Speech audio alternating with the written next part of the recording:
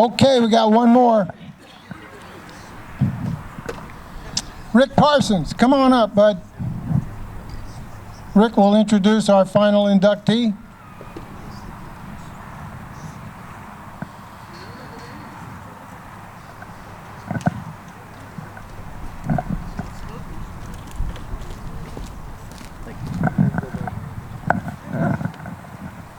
Hey, I'm Rick.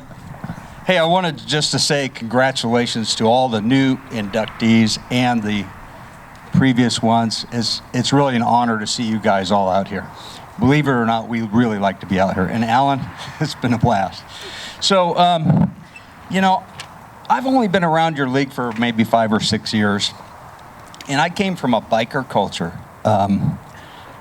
And I used to ride home from bars like 1 in the morning. I see these lights on over at McCall. I think, what the hell are they doing there all night?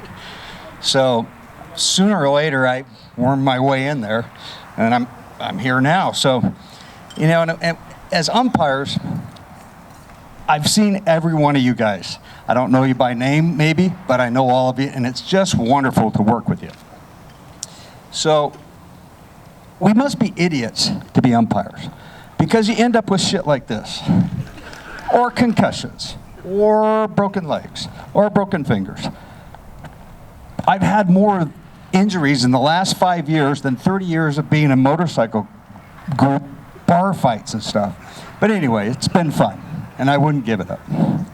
So the last and final inductee is an umpire, and his pedigree is just amazing. He went to Christian Brothers High School. How the hell am I going to do this? Don't hold that against him. He started umpiring, I think, 44 years ago in 1976. He's been an instructor at Little League Regional in San Bernardino, I believe. He's been an assigner for NCOA, which is the high school group, which covers over 100 high schools in Northern California. He's umpired all levels, from Little League to college to D1. He even fills in for the River Cats when they need somebody. That was the old days. They don't call you anymore? No, they probably don't think I have 20/20 vision. Oh, okay. Well, no player thinks we have 20/20 vision. Some of his big accomplishments, he was an umpire at the Senior Little League World Series in 1998. He was an umpire at the Big League World Series in 1999. He also umpired the Little League World Series in Williamsport in 2002. In 2002, he became the instructional chairman for NCOA, which is the high school group. He's been the group leader for NCOA for over 7 years, I believe. Is that correct? 27 years? Close enough. Something like that. He's done a lot of umpiring. He's currently the executive secretary treasurer for all sports in NCOA. He's got a total of 18 years high school experience in instructing. He and Mick, as you heard, had this, they inherited or bought it or something, this RCOA group.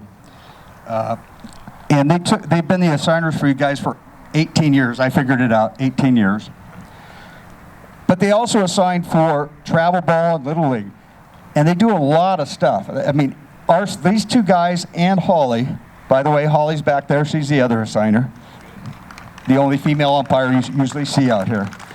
They assign a lot of games. I mean, it's a shit ton of games they have to do. And they got to make sure that everybody shows up. And it's a lot of work, and they do a really good job. So that's enough about his pedigree, I think.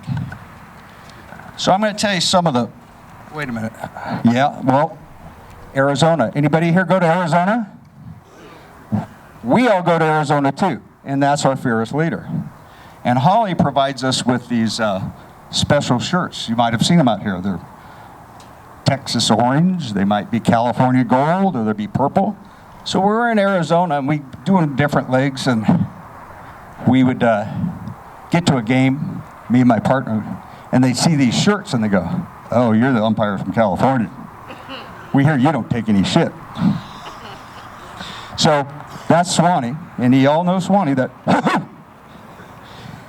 So, I got one story I want to tell here. Now, Swanee's whole family is here, and I'm a little worried about telling these stories because your whole family's here, Swanee, and I don't know what I'm allowed to do here. I gotta go to the bathroom, Rick.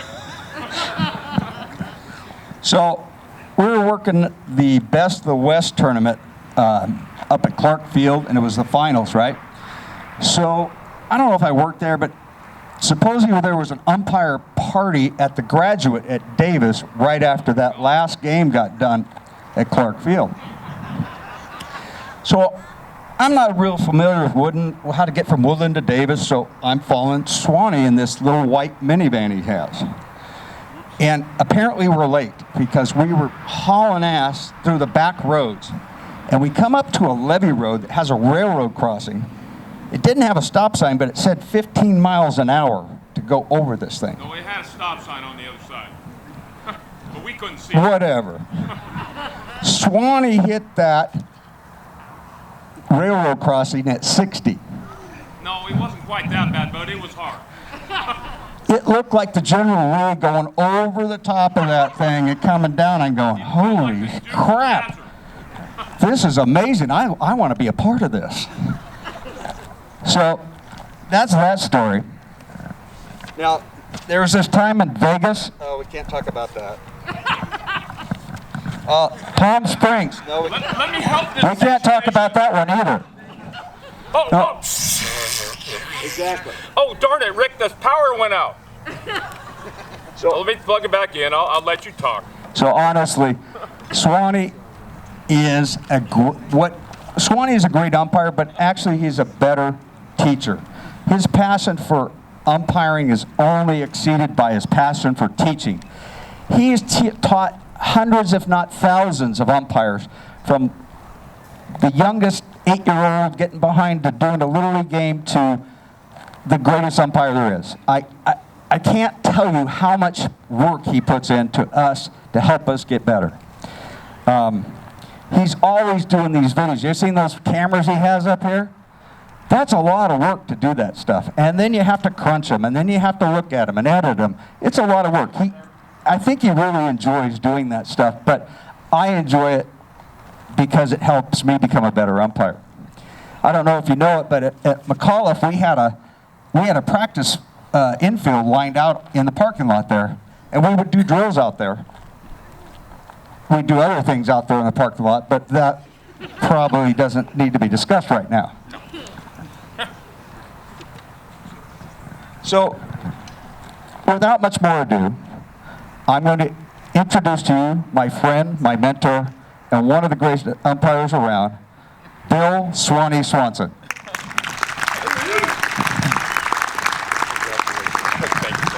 Rick, now that you've spilled all the beans to the family, I'd like to announce my retirement tonight.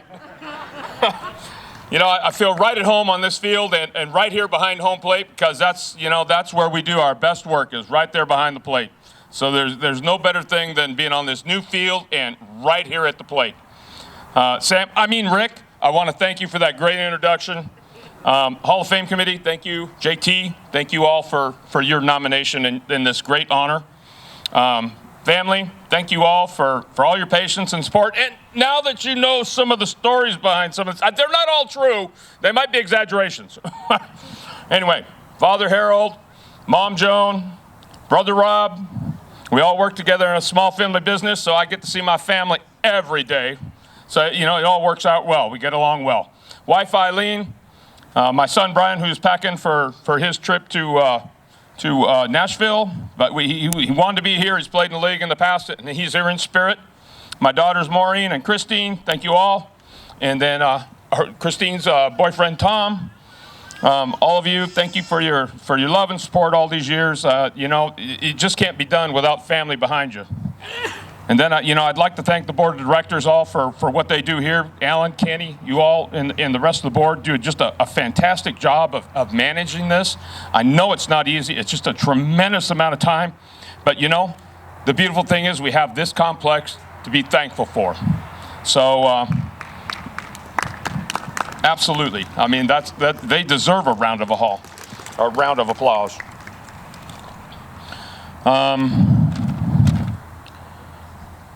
You know, the other thing that we should be thankful for is making it through this difficult year with all the COVID-19. I hope that all your families and all are doing well and are safe. And thank you all for your service to the league and what you do. Holly, thank you for all your hard work for tonight, for making this good for all our brothers and sisters back there and all the family members, and all your efforts for helping Mick and I with the scheduling and whatnot. And then finally, to all my brothers and sister umpires back there, thank you for coming. You know, we just have a lot of fun out here. You know, we come out to work ball and work hard, but afterwards, you got to talk shop and have fun, because if you can't do it and make it fun, then it just isn't worth doing. It's just like playing ball. And, you know, most of all, I'd like to thank the whole membership, because, you know, if you weren't here, we couldn't do this without you either. So thank you all for having this great league and allowing us to be fun. McAuliffe was a great home for many years, but, you know, when it comes down to it, we had a community effort there with Steve Welsh and so many volunteers keeping up that field. And then because of all that effort, you know, and Alan's hard work at playing the politics that needed to be done here, look what we've got. We've got a beautiful field and a beautiful facility to celebrate baseball here with. You know, this new field is like a home to me. It's a great facility, and it's so much fun to work, and I think everybody's enjoying it just as much as they could. I think Mick has pretty much spelled out what we've done with RCWA and the partnership we've had with SAC MSBL for the 15 years we've been here. You know, there's just no place like home. And you guys all make this feel like home. And I hope it's home for a number of years to come. I can tell you that when I got started, probably 45 about years ago, my first game was some little eight-year-old game. I was at my former elementary school, and it was for my former Little League. And I walked out there, I thought, you know, they recruited me to do this stuff, and I'm kind of like, wow, this can't be that hard. It looks so easy from the side. So all of a sudden I get out there, and I am at a 10-foot backstop, I mean, closer than that plate and that dirt circle, and I've got all these little 8-year-old rabid parents behind me. I'm going, my God, okay, well, you know, they're real close. So all of a sudden, I climb back there and start calling balls and strikes, and they're all yelling at me. It's like, oh my God, what am I doing here? You know, you ever heard of that fleet or, you know, fight type, you know, reaction set? I mean, I wanted to hit the ejection seat and get out of there like Top Gun. Just beat me out of here, Scotty. So anyway, you know, by second inning, I'm just like, I should not be here. But, you know, it made me learn. You know, we had a little book that was about this big as a rule book, and a little book about that big as a mechanics manual, and it just was not enough. Studied it, went out there, and I just got beat up. So, you know, you learn quick that it just isn't as easy as it looks from the side. So, you know, there isn't anything we can do, but, you know, finally I decided that, you know, I don't want other people to go through that. So we started creating the training programs and stuff that we have, and putting a lot of effort into it. And, you know, hopefully it's helping all them get a lot further than what I did. I mean, it's taken me 45 years to learn this stuff. I'm hoping they can get through it a lot quicker.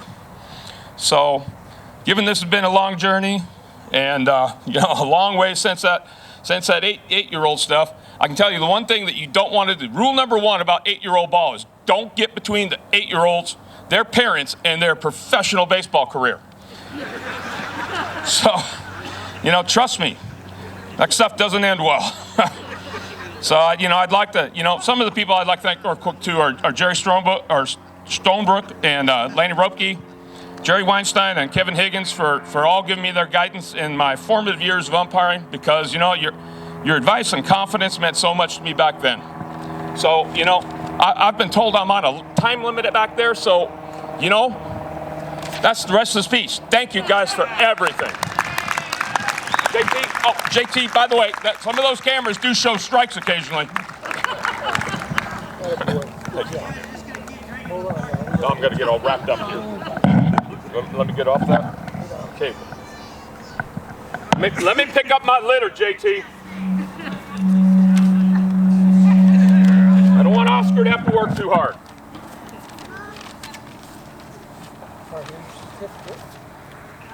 This is going to go on the plaque Go ahead and hold it for now.